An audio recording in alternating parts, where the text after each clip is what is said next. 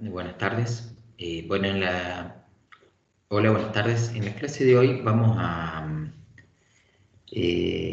comenzar con el primer apartado de la unidad 8, que se refiere a las garantías. Dentro de lo que vamos a estudiar las dos figuras principales, que son la evicción y los vicios redimitorios. Bueno, ahora les voy a compartir el PowerPoint que hemos preparado.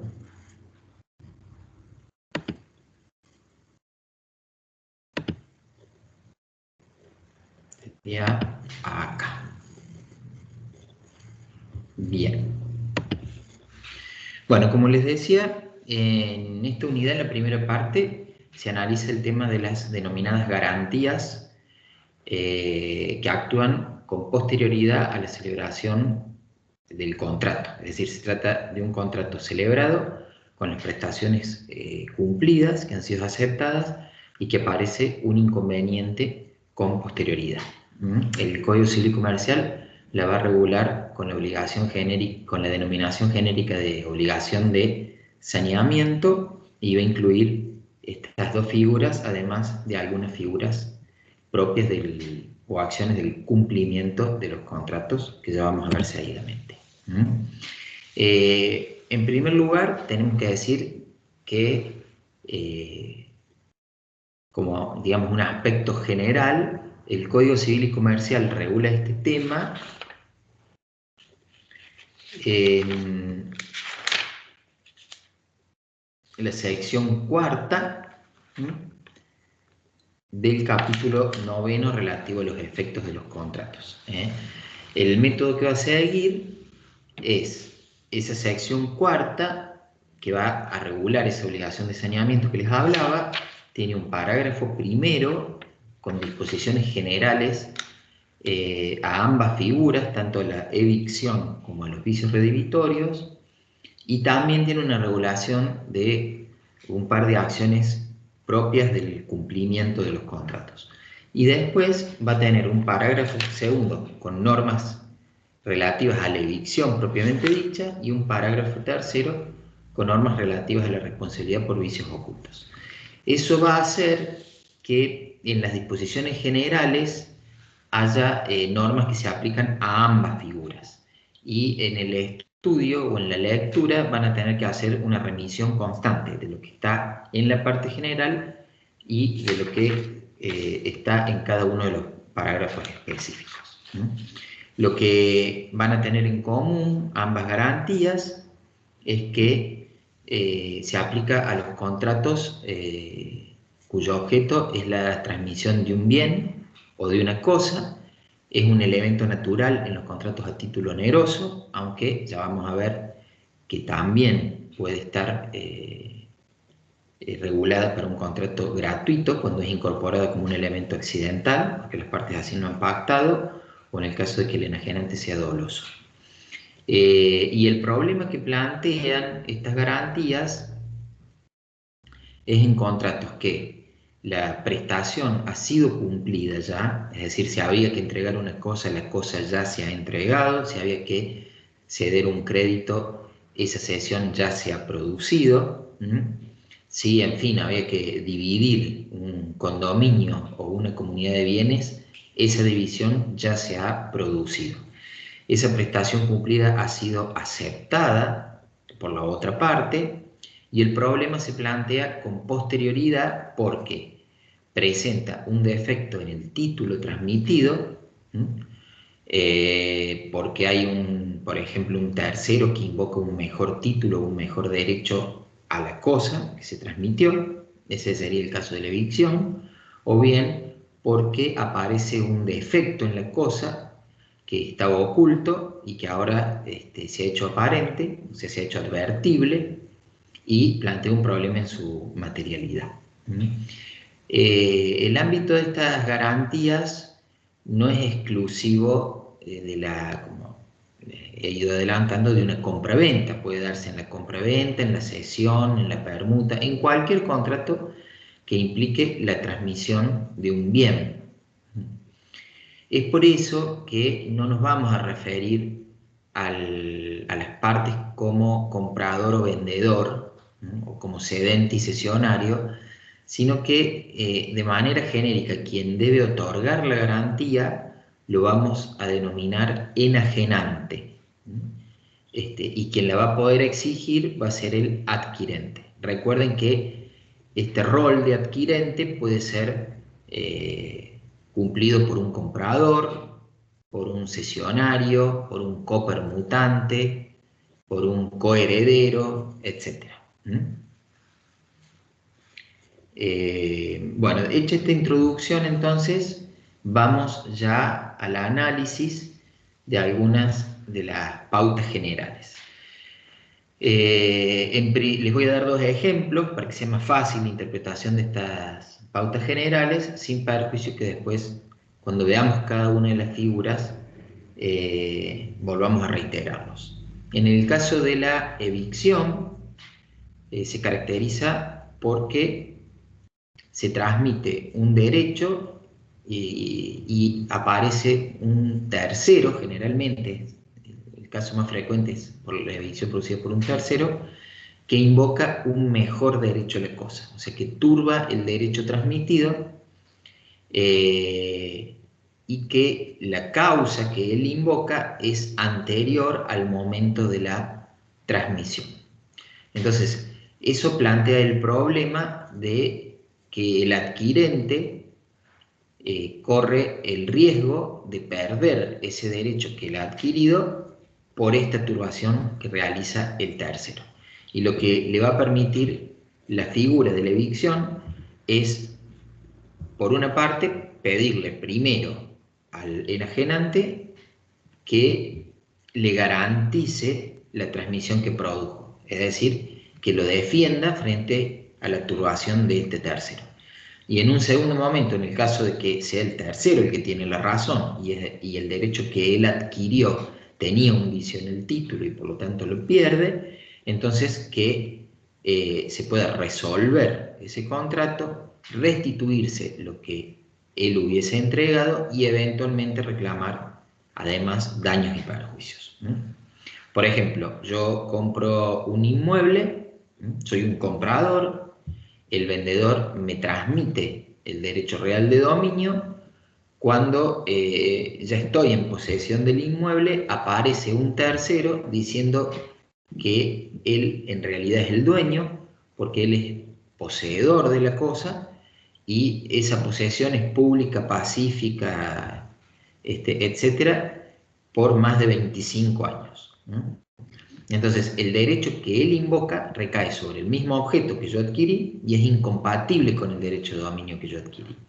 Se funda en una causa jurídica porque él dice ser dueño y esa adquisición él también invoca que se ha producido con anterioridad a la compra que yo efectué. Entonces se darían allí los requisitos para que yo le pueda pedir al vendedor que me garantice por evicción. Y que se darían los efectos que recién les mencioné. Y otro ejemplo, un ejemplo del otro supuesto que es la garantía por vicios redditorios, sería el caso de que, vamos de nuevo con una compra-venta, yo compro un inmueble que aparentemente no tiene ningún defecto, el vendedor me lo entrega, ingreso a vivir en el inmueble y cuando llueve por primera vez, resulta que se produce una filtración masiva en todos los techos, en todas las cubiertas del inmueble, que lo hacen impropio para su destino, es decir, no lo puedo habitar de manera normal, no puede cumplir la función para la cual fue construido el inmueble. Aquí de nuevo tiene que tratarse de la transmisión de un bien, como les dije. El problema acá no está en el título de lo que se transmitió, sino en la materialidad de la cosa, que es la que tiene defectos. Esos defectos, cuando yo los adquirí, estaban ocultos, no eran advertibles, ¿no? Aparecen con posterioridad, pero la causa, lo que motivó el problema que tiene el inmueble que permite la filtración, existía con anterioridad al acto de la venta. Vayamos entonces a las disposiciones comunes para que vayamos delimitando cuáles son los requisitos generales de ambas figuras y después vemos los específicos. En primer lugar, con relación a los sujetos obligados, quienes están obligados al saneamiento, como le dije, el que transmite un bien a título oneroso. Recuerden que la obligación de saneamiento es un elemento natural. Si las partes no han dicho nada en un contrato a título oneroso, está presente. Por supuesto que podrían, dentro de determinados límites, ya lo vamos a ver, excluir esa garantía, pueden incluso aumentarla o podrían también disminuirla. En los contratos a título gratuito, en principio no se debe la garantía, salvo que exista un pacto, es decir, que por ejemplo, en una donación, el donante haya pactado con el donatario que le iba a dar la garantía de evicción o la de los vicios, o que el enajenante, en ese caso, sea doloso, es decir, que él, pese a tener conocimiento que se iba a producir el supuesto de evicción o de los vicios, realiza igualmente el contrato gratuito sin comunicarle al adquirente de la existencia de estos inconvenientes. De todas maneras, en ese caso, van a ver que su responsabilidad está limitada al costo que pudo haber afrontado o que ha tenido el adquirente en el contrato. O sea, va a funcionar la figura, pero va a estar limitada, no va a ser como en el caso de los contratos onerosos, que va a incluir todas las prestaciones, la restitución, más los gastos, más eventualmente los daños y perjuicios. Lógicamente que si ustedes están dentro de una compraventa, el comprador puede exigirle esta garantía a su vendedor. Si fuese una cesión, el cesionario se la puede exigir al cedente, etc. ¿Qué pasa cuando existe una sucesión de contratos? Es decir, cuando sobre el mismo objeto se producen diversos contratos que implican la transmisión del bien. Puede ser del derecho real de dominio, puede ser de otros derechos, eso no importa, pero hay una transmisión sucesiva. Por ejemplo, Juan le vende a Pedro y Pedro le vende a su vez a Luis. Son contratos sucesivos que están conectados por el objeto.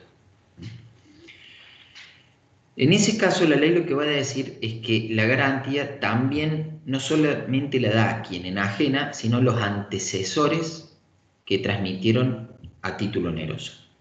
Si Luis le compra a Pedro, quien a su vez le había comprado a Juan, y el problema en el título transmitido ya estaba con anterioridad a la enajenación de Juan, quiere decir que ese título trae un problema ya desde la primera venta y no aparece ese problema en la segunda. El germen del problema estaba con anterioridad. Entonces, el último adquirente le va a poder reclamar no solo a su vendedor, sino también a su antecesor, es decir, a Juan, porque el vicio o el defecto estaba o existía desde ese momento. ¿Qué pasa si Juan le vende a Luis, supónganse, contrato oneroso, y después Luis le dona a María? Ahí ya el contrato es gratuito. María, con relación a Luis, no puede reclamarle la garantía por evicción, porque es una donataria. Entonces, si apareciera un tercero que la tuvo en su derecho, de tal manera que haga perderlo, ella no podría reclamarle la garantía al donante. Pero sí se la puede reclamar al vendedor de ese donante.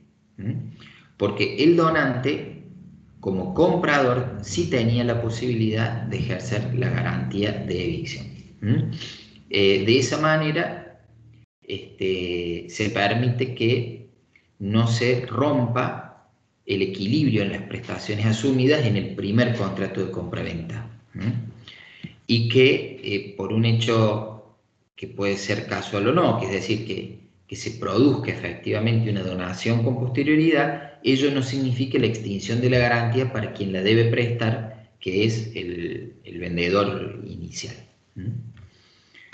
Y también otro de los sujetos obligados está en la división de los bienes comunes. Acá estrictamente no hay una transmisión de un bien, porque en realidad lo que hay es una determinación de una porción, de una cosa que era común, que se fracciona o se materializa, o bien puede ser de una individualización del dominio en un conjunto de cosas. En este supuesto, el que era, supónganse, coheredero, que recibe una cuota parte indivisa de la herencia, con posterioridad realizan el procedimiento de la división o de la partición, y ese coheredero, en vez de tener un tercio de los bienes que le corresponden de la herencia, como eso se materializa, él pasa a tener el departamento ubicado en tal lado y sus hermanos el departamento ubicado en tal lado y otro hermano una casa en otro lugar. Estrictamente no es que sus hermanos le han transmitido el derecho real de dominio sobre el departamento que él recibe. Lo que se ha hecho, ese departamento ha sido titular desde el momento en que se produce el fallecimiento. Lo que pasa es que ha sido titular en una porción indivisa. Cuando eso se materializa, recién ahí él adquiere el derecho real de dominio, pero no es por un efecto de la transmisión de los otros. Sin embargo, la ley también reconoce esta obligación de saneamiento para mantener el equilibrio y la proporcionalidad en lo que recibe cada uno de los herederos. Vamos ahora a las normas que regulan la disponibilidad de la garantía.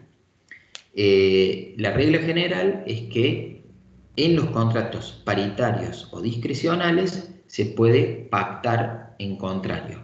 La garantía se puede aumentar, se puede disminuir o se puede excluir.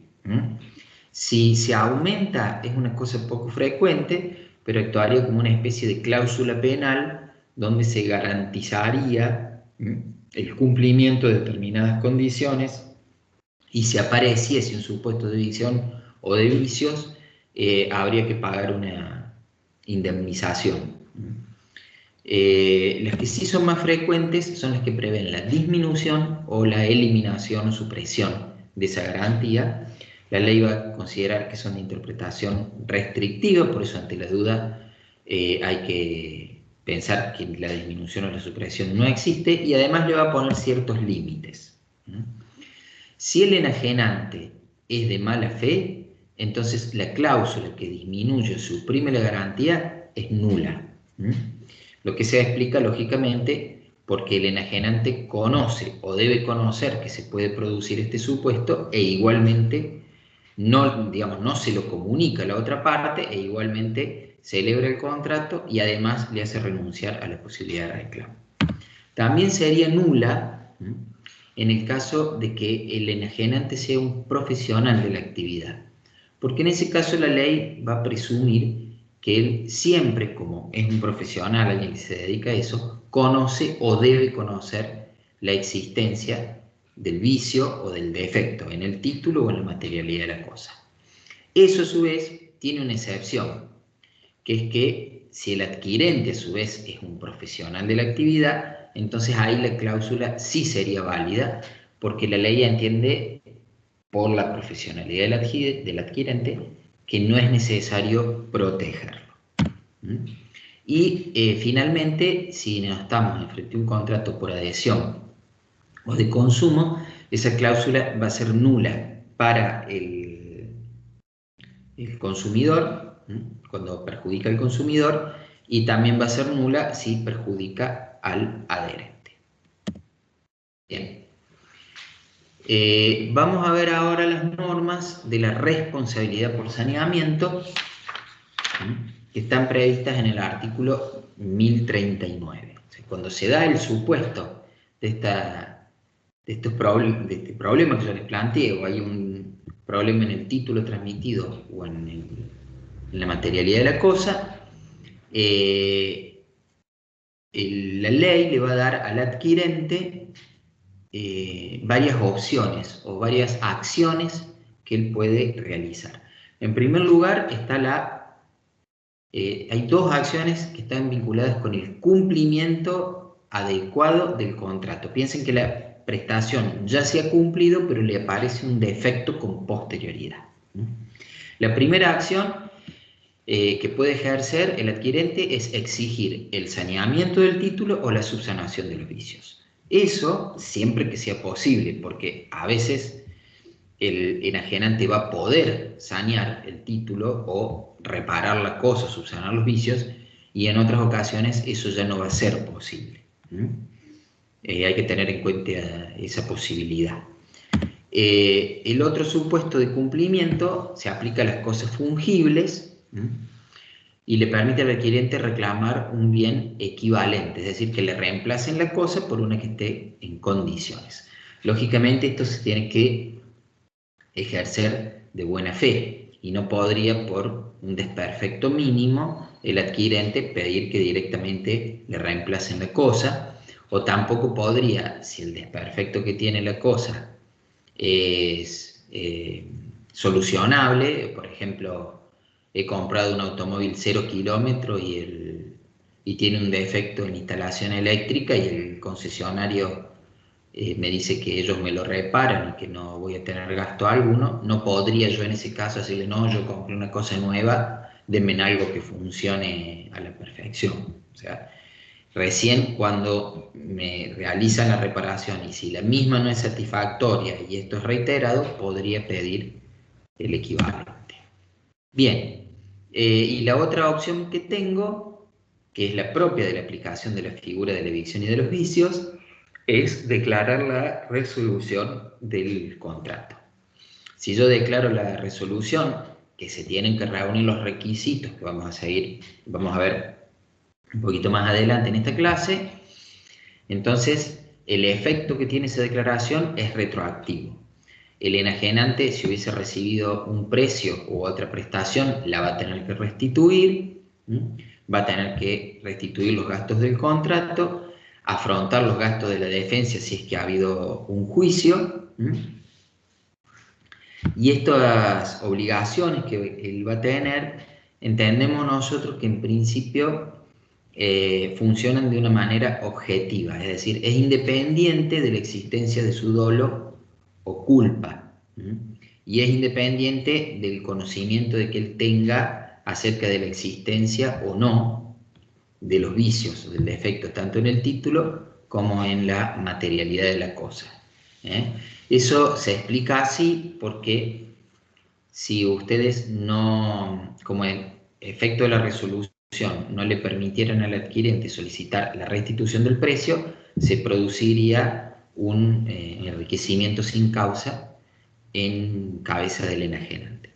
Lógicamente que si las partes han pactado un contrato aleatorio, de tal manera que el adquirente, aceptó expresamente el riesgo de que se produzca la evicción o los vicios y pese a ello quiso hacer el contrato igual, ahí sí sería el único supuesto donde no tendría que devolver el enajenante el precio, justamente porque el contrato fue pactado expresamente como aleatorio. Después en la nota de cátedra pueden ver que hay una serie de ejemplos en los distintos tipos contractuales donde va actuando esa restitución de precio, los gastos de contrato, etc. La resolución puede ser total o parcial. La resolución total se puede producir porque la privación, digamos, del derecho, en el caso de la evicción, es total o parcial, pero sobre una parte sustancial, o en el caso de que las prestaciones a cargo de las partes pueden ser fraccionadas, también se puede resolver parte del negocio y mantener otro. Y finalmente está la acción que puede ejercer el adquirente de reclamar los daños y perjuicios con el enajenante. Esta acción está en el artículo 1040 y tiene sus propios requisitos, no hay que confundirla con la obligación de restituir el precio. Porque esta acción sí vamos a ver que hay algunos aspectos que son subjetivos y que modifican las pautas del 1039. Por ejemplo, dice el 1040, el acreedor de la obligación de saneamiento también tiene derecho a la reparación de los daños en los casos previstos en el artículo 1039. ¿Ven? Es como una acción adicional. Y dice, excepto si el adquirente conoció o pudo conocer el peligro de la evicción o la existencia de los vicios.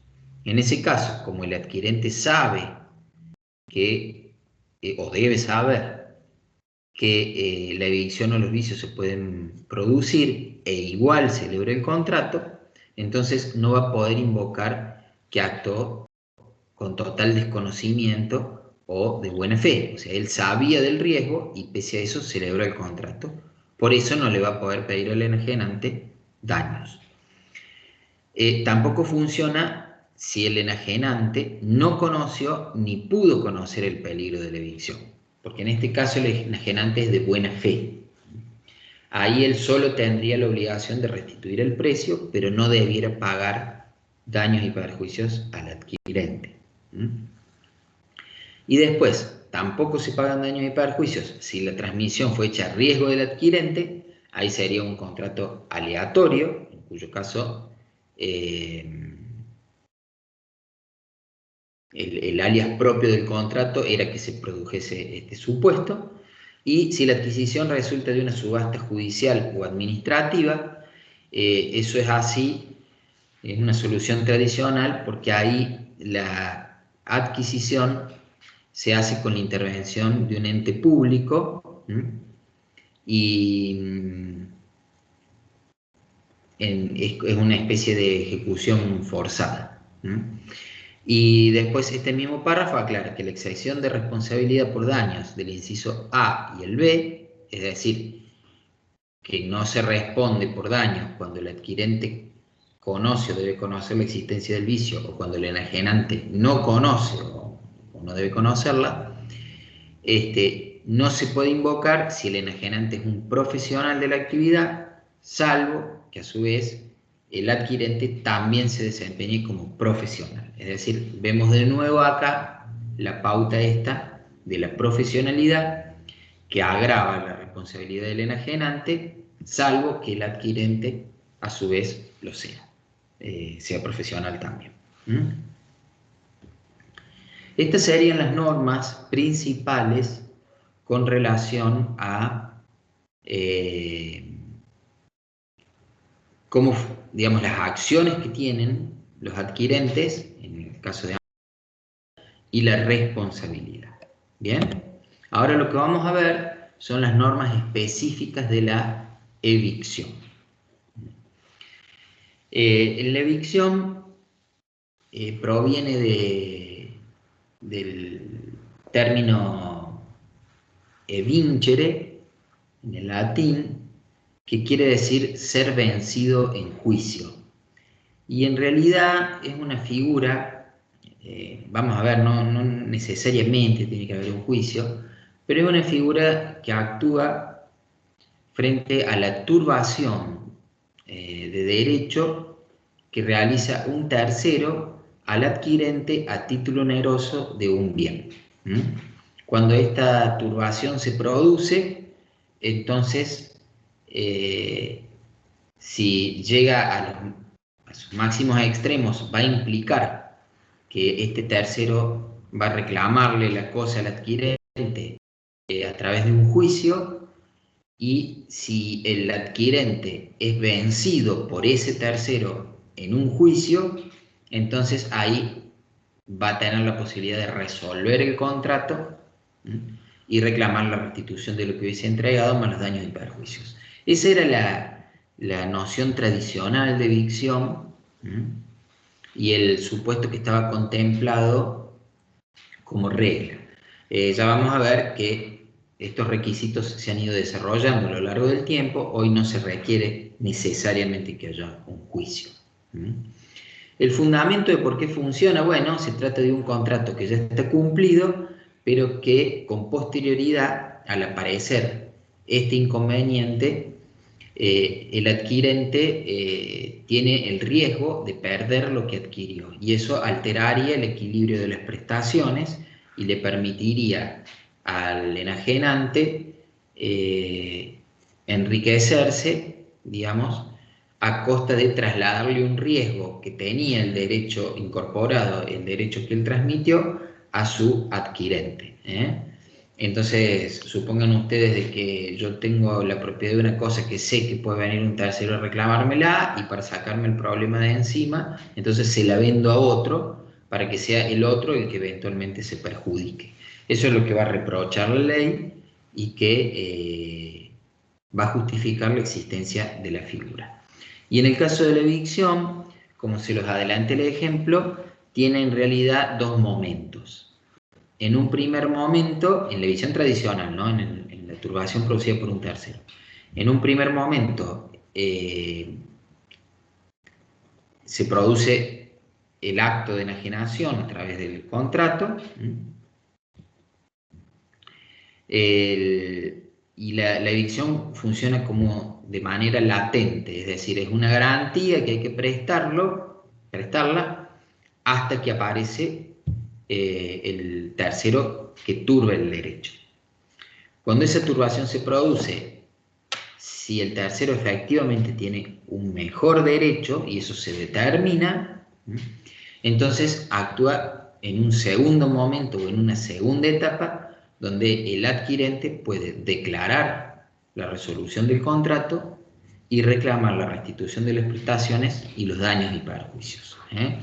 Si la evicción va a funcionar por la vía judicial, esos dos momentos se van a ver claramente porque se van a traducir en dos juicios distintos. En el primer juicio se va a dar la turbación, donde el tercero le reclama al adquirente que le entregue la cosa, o bueno, que le respete el mejor derecho que él tiene, y en un segundo momento va a haber un segundo juicio, donde luego de que el adquirente pierde el primer juicio, le puede iniciar un segundo al enajenante para reclamarle la restitución más los daños. Los requisitos. Para que haya evicción, en primer lugar, tiene que haber una turbación de derecho. Es decir, el tercero tiene que perturbar el derecho adquirido por el adquirente, invocando una causa jurídica. No tiene que ser una turbación de hecho. Si él se mete en un inmueble sin ninguna causa jurídica, eso se soluciona a través de las acciones que ya vieron en el privado 1, que eran las posesorias, o eventualmente acciones reales, pero no a través de esta figura. El problema tiene que tener una causa jurídica. El tercero invoca una causa jurídica. Después que tenga razón o no, eso será cuestión de dilucidarlo en el juicio posterior, ¿cierto? Pero la turbación la realiza invocando tener un derecho. El derecho que el tercero invoca puede ser de un derecho real o también puede ser un derecho personal, no necesariamente tiene que ser real. Por ejemplo, si yo compro una casa y después cuando quiero ingresar a la casa me aparece un tercero que me dice que la tiene alquilada, es decir, invoca un derecho personal, también funciona la evicción, porque ese derecho personal me impide a mí ejercer plenamente mi derecho real como comprador. Bien, el segundo requisito es que la causa tiene que ser anterior o concomitante a la celebración. Es decir, la causa que invoca el tercero ha nacido antes o en el mismo momento en que yo compré el inmueble, en el ejemplo que estamos dando. Porque si esa causa aparece después, significa que el derecho que yo adquirí, cuando me lo transmitieron, no tenía ningún problema. El problema apareció después, es decir, el derecho era sano, no tenía ningún vicio. Y por último, el último requisito tiene que ver con la seriedad del reclamo del tercero. Es que el derecho invocado por el tercero sea indiscutible. Bajo la legislación anterior, la ley exigía que hubiese una sentencia judicial, es decir, que hubiese un juez que reconociese que efectivamente era el tercero el que tenía razón. Aunque tanto la doctrina como la jurisprudencia explicaron que si bien esa era la regla, no en todos los casos había que obligar al adquirente a resistir el reclamo del tercero para llevarlo a la justicia y que existe una sentencia y que él incluso se exponga a tener que pagar las costas de ese proceso judicial si el derecho que invocaba el tercero era indiscutible, era claramente, que se observaba claramente que él tenía razón, que no había necesidad de transitar todo el proceso judicial para que un juez termine reconociendo algo que era evidente. Bueno, la ley nueva ha resaltado esto y requiere este requisito. Ahora bien, no es neutral, digamos, el hecho de que haya sentencia judicial o no, porque si frente al reclamo del tercero el adquirente resiste ese reclamo y cumple los plazos que le impone la ley, que son la notificación al enajenante de que está el reclamo y en el caso de que haya juicio, citarlo al enajenante al juicio para que él pueda participar de ese juicio y hacer, bueno, la ley tiene una serie de requisitos que él debe cumplir y pese a cumplir todo ello por sentencia judicial, el tercero que turba gana el juicio, entonces ahí el adquirente va a poder resolver el contrato y reclamar los daños, la restitución y los daños, y en ese caso todo lo que pasó en ese juicio le va a ser oponible al enajenante, y el enajenante ya no va a poder volver a cuestionar si el tercero tenía o no tenía razón, porque ya hay un juez que dijo que sí lo tenía. En cambio, si no hubiese sentencia judicial, la regla se invierte. Al no haber una citación del enajenante porque no hay juicio, y al no haber interpuesto todas las pautas que la ley me obliga a hacer, o sea, defenderme, no someterlo a árbitros, plantear, ofrecer pruebas, plantear los recursos que sean necesarios, etc. En ese caso, el principio general es que el enajenante no me tiene que garantizar, porque no le he dado la oportunidad a él para que me defienda. Y ahí la garantía va a funcionar si yo puedo acreditar que aún él viniendo a defenderme, igual el juicio lo hubiese perdido. Pero si invierte la carga de la prueba, es decir, el que tiene que probar que el derecho del tercero era indiscutible, soy yo. En cambio, de la otra manera, esa prueba no la tengo que producir. Bien. Hay otro supuesto donde funciona esta garantía, que es frente a la turbación del propio enajenante. Es decir, es un enajenante que ha entregado la cosa, por ejemplo, y después es él el que pretende turbarla, desconociendo parte de lo que ha hecho, diciendo yo le vendo a alguien y después resulta que a quien le vendí, a quien es mi comprador, le digo que total o parcialmente eso que le vendí es mío. Bueno, en ese caso, la turbación puede ser tanto de hecho como de derecho. Es decir, puede ser que el enajenante invoque una causa jurídica o no, que directamente por actos materiales turbe el derecho que él transmitió. Eso se dice, lógicamente, que cuando yo enajeno un derecho, hay una obligación de abstenerme, una obligación de no hacer, consistente en no perjudicar al adquirente en el derecho que le transmití. Es la violación de esa obligación la que justifica que la evicción funcione también, en este caso, por la turbación de hecho del propio enajenante o de sus sucesores universales. Bien, y por último, con relación a esta figura, en caso de que haya reclamo judicial, hay una serie de pautas que el adquirente debe cumplir a los fines de mantener la garantía. Se las adelante consisten en darle la posibilidad al enajenante de defenderlo al adquirente dentro del marco del juicio. Si yo no respeto esas pautas, voy a perder la garantía, salvo que acredite que de haber efectuado la citación, el resultado hubiese sido igual. Esto se los dejo para que lo vean con detenimiento de las notas de cátedra, que ahí están enumerados los actos a realizar. Pasemos ahora a la otra figura, que es la de los vicios ocultos. En nuestro caso, los vicios ocultos tienen una regulación especial en el parágrafo 3, los artículos que ven ahí citados, y la ley va a clasificar a estos vicios o defectos en ocultos y redimitorios. El vicio redimitorio es el que, por su gravedad, va a hacer la cosa impropia para su destino. Son razones estructurales o funcionales, o que disminuyen la utilidad de la cosa a tal extremo que de haber sido conocido el adquirente no lo habría adquirido, o la contraprestación hubiese sido significativamente menor.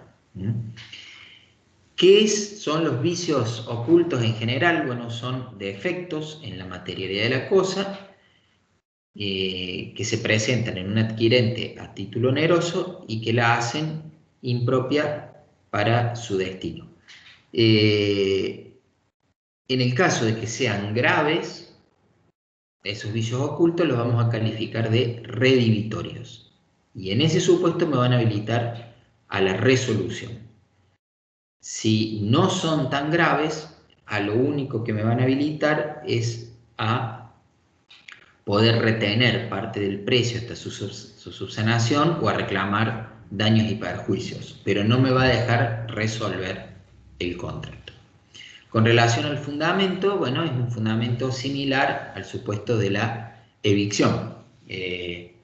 Lo que se quiere es mantener el equilibrio en las prestaciones, incluso en el contrato, digo, incluso una vez que las prestaciones han sido cumplidas. O sea, recuerden que acá se trata de alguien, por ejemplo, que se obligó a entregar la propiedad de una cosa y esa entrega ya se ha producido y el comprador ya la ha recibido de la cosa sin hacer ninguna reserva.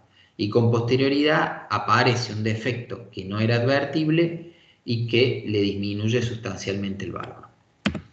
El vicio oculto puede presentar en la práctica alguna duda o algún problema con otras figuras que tienen otros efectos jurídicos, que son el error esencial y la falta de conformidad. Desde el punto de vista técnico son figuras distintas, pero en la práctica no siempre es sencillo identificar. Todas estas figuras se relacionan con la cualidad de las cosas. Puede ocurrir que la cualidad de la cosa se traduzca en un error esencial y eso daría lugar a la declaración de nulidad. Por ejemplo, cuando yo quiero adquirir una cosa de determinadas características, que si no la presenta a mí no me sirve esa cosa y yo he caído en un error y he manifestado mi voluntad con una intención viciada. Eso habilitaría a considerar el contrato nulo. No tiene que ver con un problema de vicios ocultos. Y después, el otro supuesto con el que más frecuentemente se confunde es con la denominada falta de conformidad. Porque puede ser que la diferencia, digamos, en la cualidad de la cosa sea un aspecto que han tenido en mira las partes como esencial, y que lo que a mí me entreguen en realidad no es una cosa que presente un vicio, sino que sea una cosa completamente distinta a la que yo he solicitado. Si se da este caso, que me entregan una cosa diferente, entonces no hay un problema de vicios ocultos, sino que me han entregado una cosa por otra. Es decir, me han dado algo que no es lo que yo adquirí. Y en ese supuesto, entonces hablamos de falta de conformidad. Si se da la falta de conformidad, yo lo que puedo hacer, verificada esa falta de conformidad, es restituir lo que me hubiesen entregado y pedir que se cumpla con el contrato.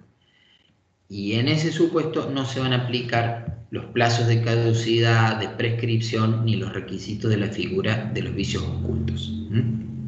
Es decir, una cosa es que me entreguen algo distinto a lo que yo contrate, otra cosa distinta es que me entreguen lo que yo contrate, pero que presenta defectos en su cualidad.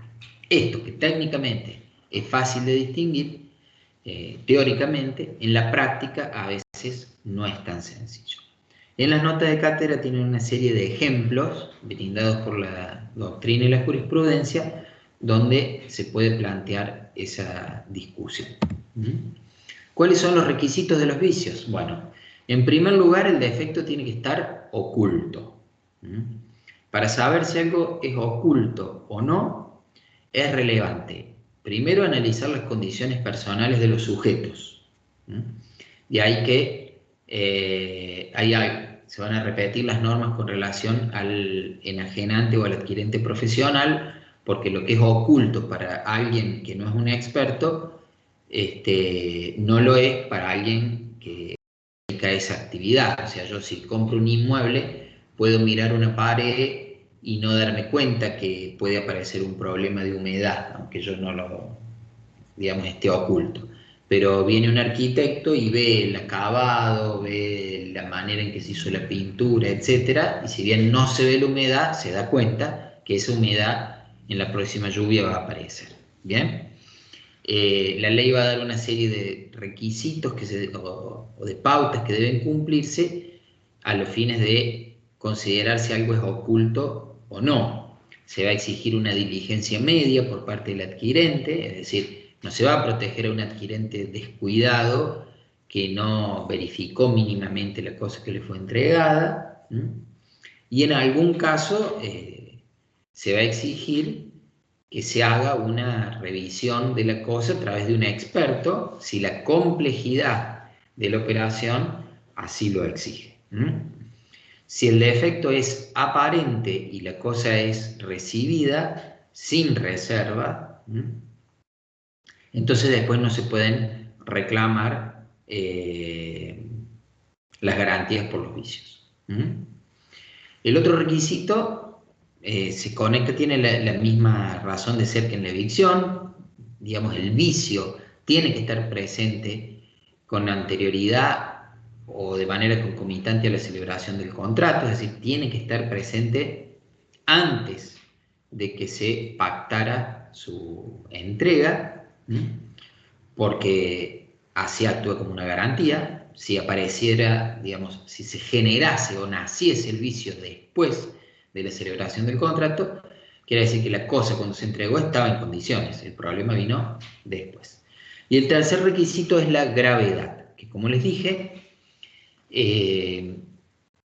si no es grave, no habilitaría a la resolución y solamente podría habilitar al reclamo, eventualmente, o de los daños y perjuicios o a retener parte del precio hasta que la situación se solucione.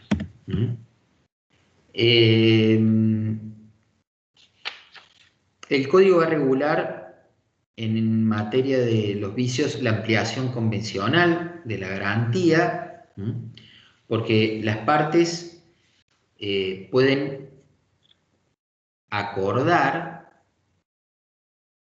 transformar, digamos, en la ausencia de determinadas cualidades en vicios de cosas que normalmente no lo son.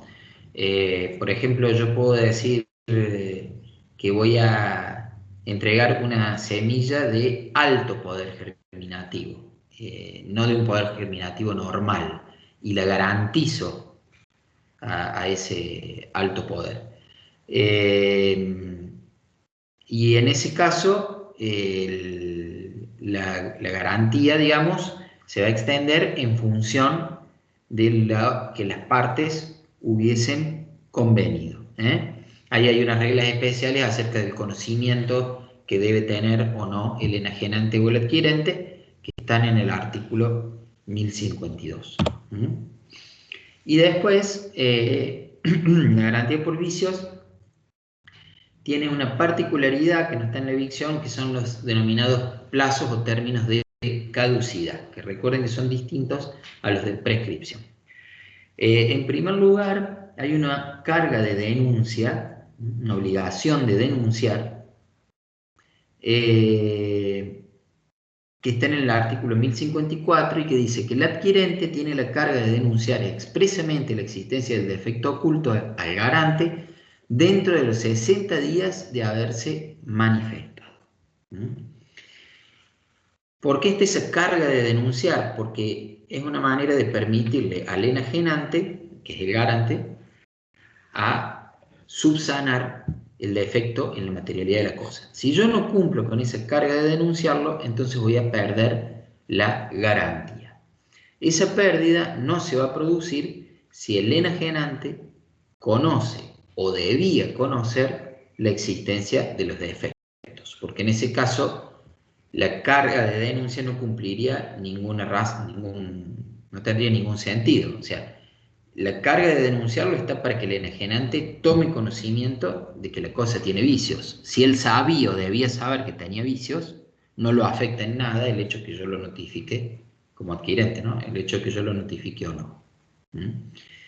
Y después, los plazos de caducidad del artículo 1055 responden al principio general de que la garantía de la materialidad de lo que yo entrego no puede prolongarse ad eternum, por toda la vida, ¿cierto? Las cosas tienen un término de vida útil en las que se consideran que no deben presentar defectos. Ya después, con posterioridad, bueno, lo normal es que no es necesariamente que sean defectuosas, pero que puedan comenzar a aparecer algunos efectos o defectos o problemas, y la ley quiere limitar entonces la potencialidad de invocar esta figura a través de plazos. Dice, la responsabilidad por defectos ocultos caduca. A. Si la cosa es inmueble cuando transcurren 3 años desde que se recibió. Esto no tiene que ver con la responsabilidad por ruina en el contrato de obra, que van a ver más adelante, que eso se puede extender por más tiempo, ¿no? Esta es la de los vicios o defectos ocultos. Y B, si la cosa es mueble, cuando transcurren 6 meses desde que la recibió o puso en funcionamiento. Los plazos pueden ser aumentados convencionalmente. En el caso de los contratos de consumo, tienen un régimen especial. O sea, esta garantía también la tiene un consumidor, pero va a tener unas garantías adicionales, que es una garantía legal que no requiere que el defecto sea oculto y que se extiende eventualmente por más tiempo.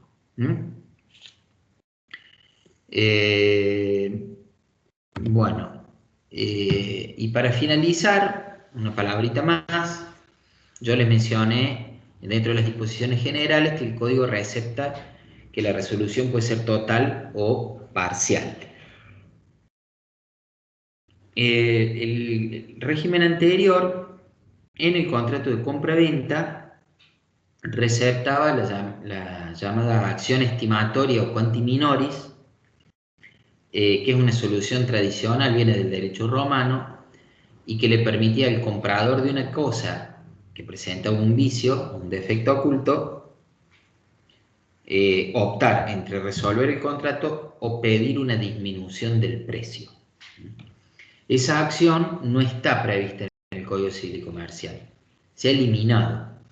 Entonces queda la duda por parte de la doctrina sobre si subsiste o no. Hay algunos autores que consideran que al no estar prevista ya no es una posibilidad para el comprador pedir la disminución del precio, es decir, quedarse con la cosa y pedir dicha disminución. Hay otros autores, sin embargo, que consideran que pese a no estar prevista, con la aplicación de los principios generales podemos llegar al mismo resultado, porque ellos dicen, si la resolución, que es la extinción del contrato, es la última ratio, es decir, es lo más grave que puede ocurrir, si yo tengo la facultad de pedir lo más grave, esta disminución sería una acción que implicaría un resultado más leve y que además indirectamente se podría alcanzar un resultado similar en algunos supuestos a través de la resolución parcial. Todavía no tenemos jurisprudencia al respecto, así que no sabemos exactamente qué van a decir los jueces sobre la subsistencia de esta acción. Bien. Con esto daríamos fin a la clase de la primera parte de la unidad 8. Ya en próximas reuniones vamos a finalizar el, eh, eh, esta unidad.